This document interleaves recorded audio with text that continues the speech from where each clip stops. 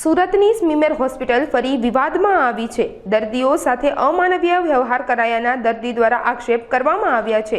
પેશન્ટનું કિમથી સારવાર કરવામાં આવ્યું હતું તેમજ પેશન્ટના પરિવારજનોએ ઉશ્કેરાઈને વિડીયો ઉતારતા સ્ટાફ દ્વારા ગેરવર્તન કરવામાં આવ્યું હતું। આ અંગે સ્મીમેર હોસ્પિટલના સુપ્રિન્ટેન્ડન્ટ જીતેન્દ્ર દર્શને નિવેદન આપ્યું હતું। કાલે રાતે 12 વાગ્યાની તમે કોઈ જાતની ટ્રીટમેન્ટ આપી નથી। તમે દાદાગીરી કરો છો। પહેલા ફોન કર્યો તેની બોલાવ્યો તમારથી અને ફોન કર્યો તેની બોલાવ્યો। મારી વાત સાંભળો, કાલે 12 વાગ્યાની એને ખેંચ આવે છે, કોઈ જાતની ટ્રીટમેન્ટ નથી।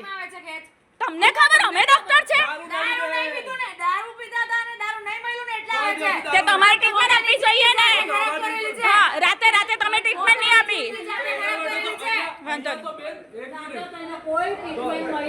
તમને એવું લાગે કે દવાઓ બધી ગઈ છે?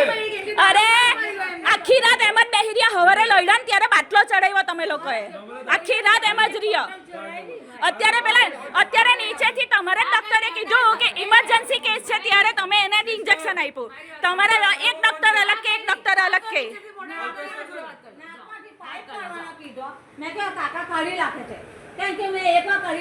તમારા ડોક્ટર કે ઇમરજન્સી કેસ છે ને તમે કે કઈ જ નથી લાખી મોઈકો। તમારા ડોક્ટર કે ઇમરજન્સી કેસ છે, જલ્દી લઈ જાઓ। અમને એમઆરઆઈ નહીં કરવા દીધા ને ઉપર મોકલા ને હવે અમે પાછા એમઆરઆઈ કરવા જઈએ તો તમે કેમ ખેંચો છો?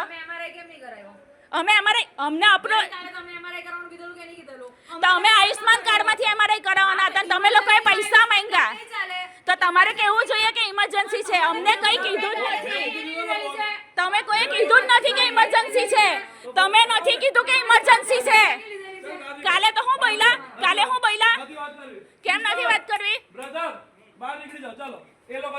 કાલે એમ કે એમઆરઆઈની જરૂર નથી ને હવે આજે કે ગંભીર કેસ છે।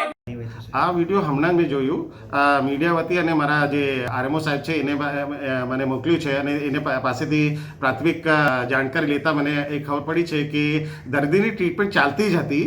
હવે એ જે ગેરસમજ થઈ છે કે ટ્રીટમેન્ટ અપાતી નથી કે એ પેશન્ટના અને એ તપાસનો વિષય છે। એના માટે હું તપાસ સમિતિ નિમીને પછી એ જે આગળની તપાસ છે કે કારણ શું છે બધાનું, અને જે વાત વિડીયોમાં દેખાય છે કે ભાઈ દારૂ ના મળી અને એના કારણે ખેંચ આવી છે, તો એ કદાચ ડૉક્ટર જે છે એ જે વિડ્રોલ સિમ્ટમ્સ છે એના માટે સમજાવવાનો પ્રયત્ન કરતા હશે। જેમાં કે આપણે વ્યસન જે હોય છે એ સૌથી પહેલાં એની ટ્રીટમેન્ટમાં જે વ્યસન જે રોકવાનું હોય છે એના કારણે પણ વિડ્રોલ સિમ્ટમ્સ આવતા હોય છે અને એના વિડ્રોલ સિમ્ટમ્સની જે અને એક તો જે વ્યસન હોય છે જેના જે વસ્તુથી એના આડઅસર હોય છે અવયવો પર અને જે વિડ્રોલ છે એના પર હોય છે। હવે ખેંચ આવવાનો વિષય છે એ વિડ્રોલના ભાગરૂપે હોઈ શકે કે વ્યસનને લીધે હોઈ શકે અને બીજું પણ કારણ હોઈ શકે। એ તપાસનો વિષય હતો। એના માટે જે એમઆરઆઈ કરાવવાની હતી એ બાબત લઈને કંઈ એ માથાકૂટ થઈ હતી, છતાંય હું તપાસ કમિટી નીમું છું જેમાંથી એ ખબર પડશે કે મુખ્ય કારણ શું હતું। કારણ કે હોસ્પિટલમાં એટલા બધા દર્દીઓ આવતા હોય છે, ડૉક્ટરની કોઈ એવું એ નથી હોતી કે ભાઈ કોઈને એ કરવાનું ખોટું કરવાનું હોય। હવે આ બાબતે શું થયું છે એના માટે તપાસ કમિટી જે નિર્ણય આપશે એ પ્રમાણે ચોક્કસપણે એક્શન લેવાશે।